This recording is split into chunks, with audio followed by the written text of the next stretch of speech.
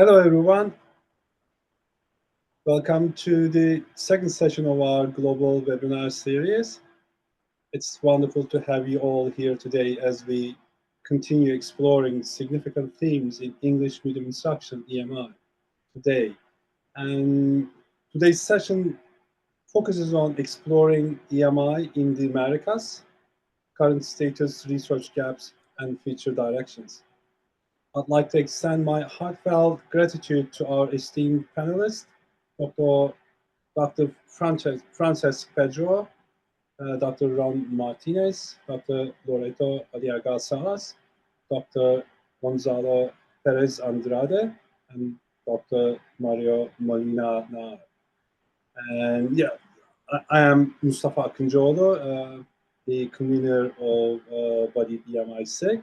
And special thanks to our moderator for today's session, Dr. Angela Hakim. And also another very special thanks to Conrad Heyns, the director of BALEAP, for his unwavering support for our EMI SIG. And this event would not be possible without the incredible efforts of our EMI SIG committee. A huge thanks to to Daniela, our secretary, Ben, our web coordinator, Eileen and Natalie, our events coordinators, for their hard work and dedication. Without further ado, thank you all once again and enjoy the webinar. Thank you. So, folks, my name is Conrad Heyns, and I am the current chair of BALEAP. We have a new chair coming in next year, but I'll still be in position for another year as outgoing chair. I'm actually in London in a office sort of space waiting to go to the dentist, unfortunately. So I won't necessarily be able to hear all the amazing speakers today. One of them I know quite well from years ago, Dr. Ron Martinez, which is lovely to see him again. And welcome to the others as well. And we're very excited by this new SIG, the EMI SIG. But I think it's going to develop into a really interesting SIG, and it's reaching across the world. And today, the second seminar here is just an indication of that, exploring EMI in the Americas. So I think we're in for a treat today. So I just want to welcome all the speakers, and thanks Mustafa and his team as well. And over to the speakers. Thank you very much. Thank you, Mustafa and Conrad, for your welcome and for the introduction. I'll just briefly introduce our speakers, and then we will begin with their talks. It is my pleasure to welcome you once again to the second BALEAP EMI SIG webinar. Again, today the focus is on exploring EMI in the Americas, current status, research gaps, and future directions.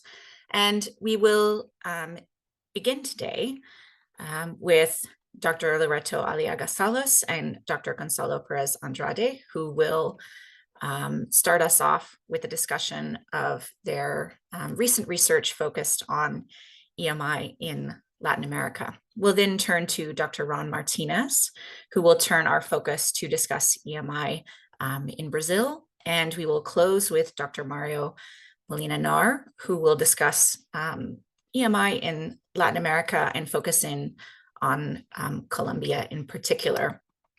And without further ado, I'll hand it over to Loreto and Gonzalo. Thank you very much, Angela, for the introduction, and to the BALEAP EMI SIG for having invited us to the project very recently. We are new to this. But we have been working actually with some people that are actually in this panel in what we are going to be introducing. So if you, Gonzalo, could you go to the next slide, please? So just to give a framework, and this webinar is called EMI in the Americas, and for our work, we are looking at Latin America in particular. When we are defining what we understand by this Latin America, we talk about around 20 countries where Spanish and Portuguese are the main languages, but also there are a few other languages, the local languages, indigenous languages, that also play a very important role in this context.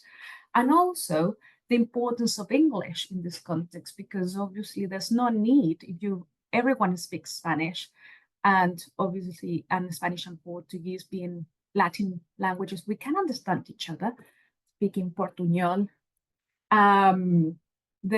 We can understand each other, but there's a growing importance given to English in this context, and also by governments with the purpose of internationalization. And there's also an emerging need, very limited, of implementing EMI as a response to this need in particularly higher education institutions. So if you can go to the next slide, please. For a framework, we are looking into a work that we published I was going to say last year, but now it's 2 years ago. Overview and a small piece of research on how teachers and students who were engaging in EMI context understood and made sense of EMI in countries, but in order to understand what was going on with EMI in Latin America and why it is not as successful as it seems to be in other regions of the world.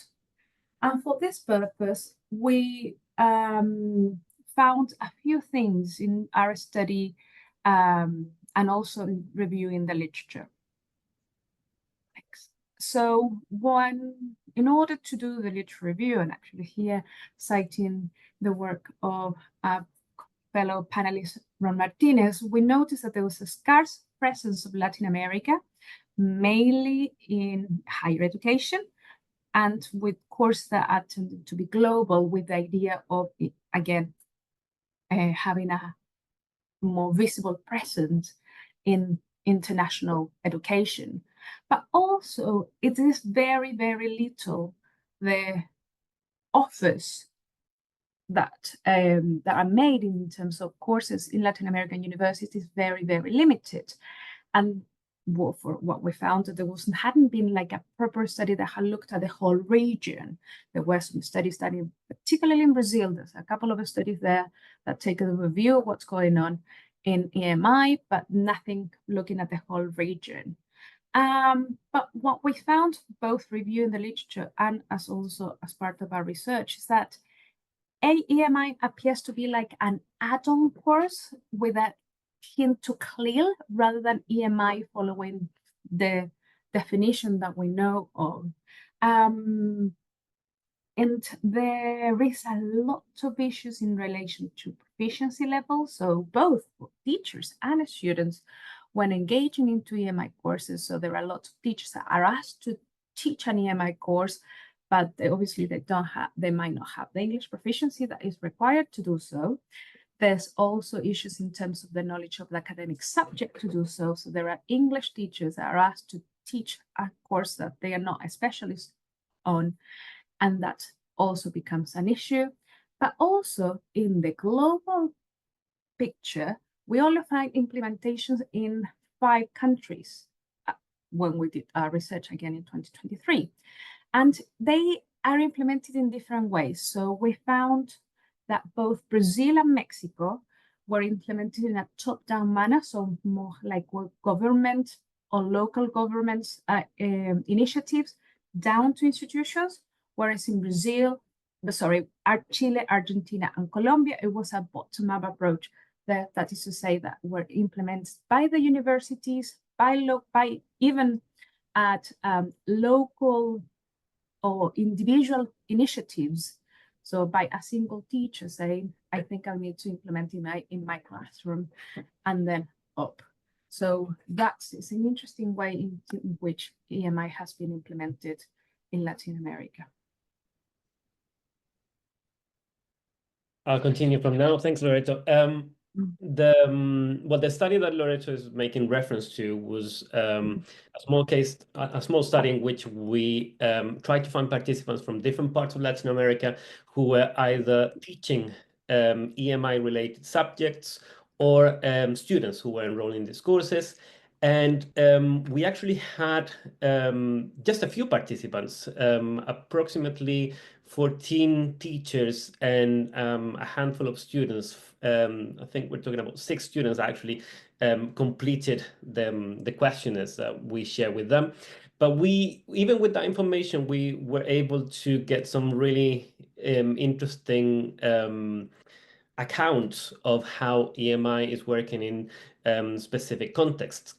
The first important implication from this in relation to EAP and ELT, as Loreto mentioned, is this context-dependent approach. In some cases, this bottom-up approach in which teachers decided to implement EMI approaches because of experiences they had before, because of their own interest in the field, and also as a way of progressing within the field just by changing the language of instruction.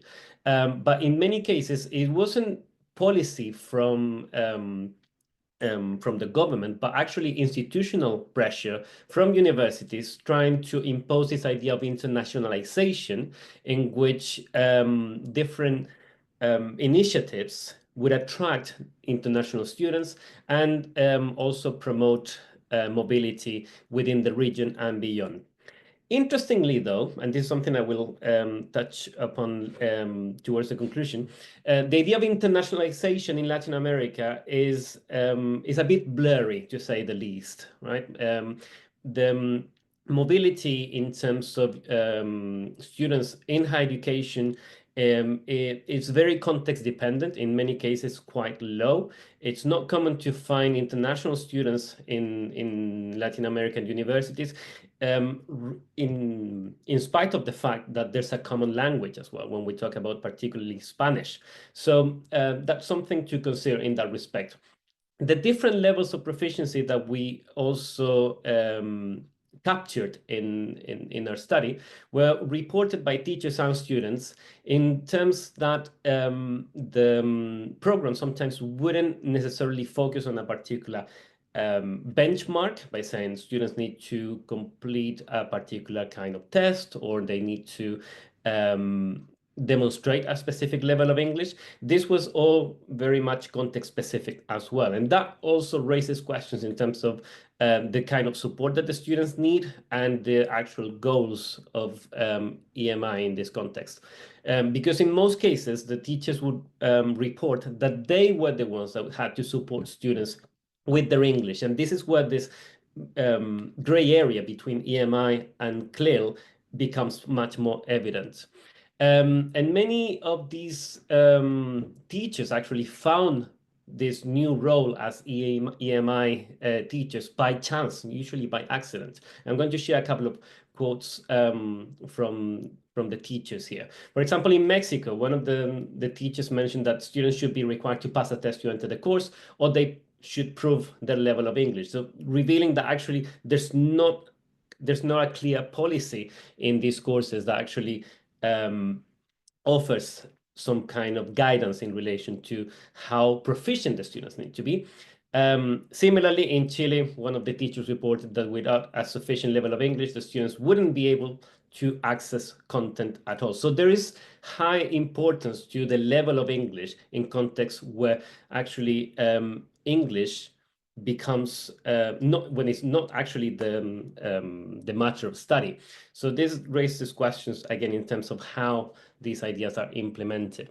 In terms of participation and these newly found roles, again in Chile, we have a report from one of the teachers saying that actually their choice to work in an EMI environment wasn't particularly intentional. It was more of an accident. It was something that, and actually many of them mentioned that it was a way of restarting their careers, of finding new roles within their teaching contexts because of the needs of universities.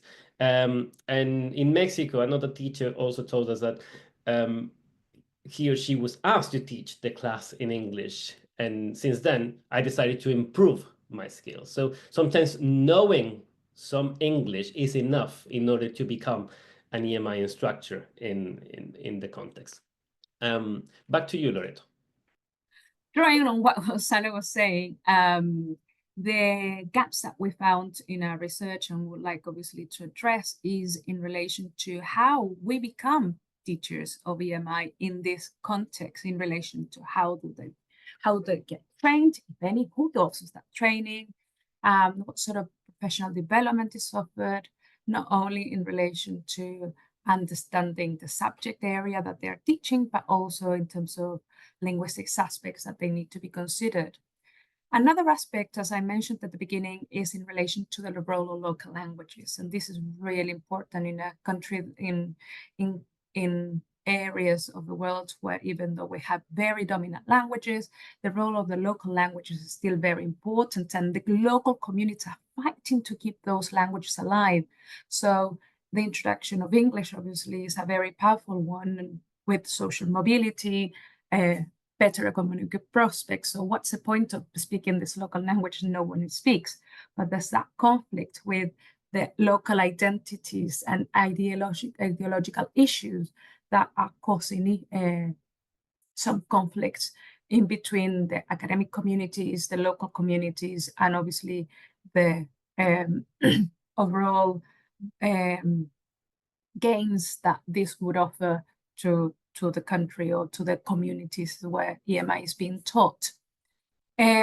Also, we also suggest in the Latin American context is understanding the relationship between proficiency level and the success of an EMI program, particularly when, as Gonzalo was mentioning, there is a very uneven way to get anyone involved in EMI. Of course, both as a teacher or as a student, is there a clear proficiency and success rate correlation? Is there not? What happens?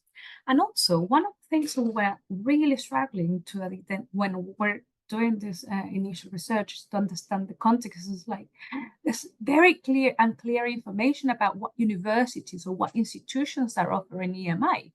How can we actually learn who is doing what and where?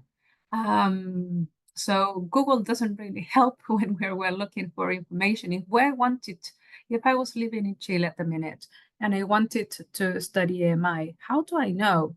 How can I find information about EMI courses or what institutions are doing? So that would be really interesting to see how the offer is being advertised. If an international student wanted to move to Latin America or do a program for mobility purposes, student mobility, how can they know what they can study in this context? And we did see a little bit of that in Mexico, but that was the only case where we did notice some courses that were more advertised, but that was the only context where we found easy to identify.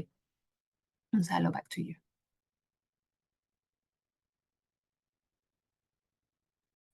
As we can see, Latin America offers great opportunities for research. But if we want to look at the implementation of EMI from a critical perspective, there are many important elements that we need to consider. Loreto mentioned, for example, the role of different languages. And I think it would be very important to start looking at the ideological perspective surrounding EMI in this context. Why are we going for EMI? What is the advantage that the students get? And is this advantage sometimes a socioeconomic one that creates more imbalances within an already quite unequal part of the world?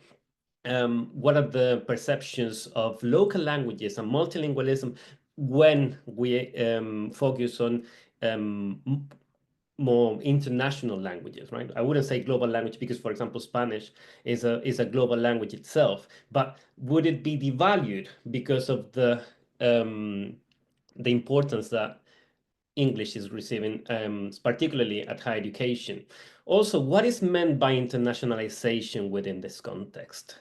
Is it a matter of mobility? Is it a matter of sharing content, again, in a language that perhaps may raise questions about opportunities in terms of production of knowledge, which is something that many people are already asking these days. To what extent are these universities offering opportunities for intercultural experiences when, again, in many cases, EMI is being catered for the elites rather than offering truly intercultural experiences? Or is it just language learning opportunities? Because of this connection between EMI and CLIL in practice, is EMI being used as an excuse, I'm going to use some inverted commas here, to offer a different modality of language learning? And if we want to compare the Latin American situation with other contexts, particularly with how EMI has become more and more popular in contexts like Asia, how attractive is Latin America as a destination for EMI tutors, for example?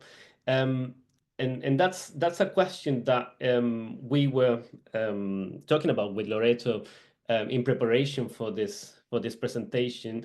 That needs a lot of exploration in terms of the context itself, right? What kind of implications would there be in terms of making Latin America an attractive EMI context? Will it, again, widen these gaps between local teachers and international teachers? Will we be going back to these narratives and discussions because of this new attraction of the context?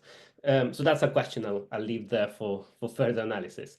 And similarly, what's the impact of these programs on social justice, right? Are they widening or narrowing socioeconomic gaps in a context like this? And finally, and with this, we're going to start bringing this to a close. There is strong demand for research in the Americas, in Latin America in particular, but it's important that we understand the phenomenon from within, local stories of design, implementation, how they clash with policy. And I think that's actually quite important when it comes to looking at this phenomenon. So we need EMI research from and within this context in order to have a better idea of how all these elements come into play in practice. So I'd like to leave you with a couple of quotes from a publication, which I think summarize some of the points that we made. We say that the benefits that EMI has promised to bring to Latin America, or the Latin American context, would only be enjoyed by those who manage to overcome the linguistic barrier. And in most cases, happens to be those who are privileged enough to receive quality English language education. And ultimately, this makes us wonder whether the implementation of EMI in Latin America represents another way of broadening these gaps. And I think that's the main worry we want to highlight when we talk about EMI in this context. But that's everything from us. If you would like to contact us, here are our details. We can share, obviously, our slides with everyone in the audience. Thank you so much. Thank you, Loreto and Gonzalo, for starting us off and leaving us with some very interesting implications and questions to address.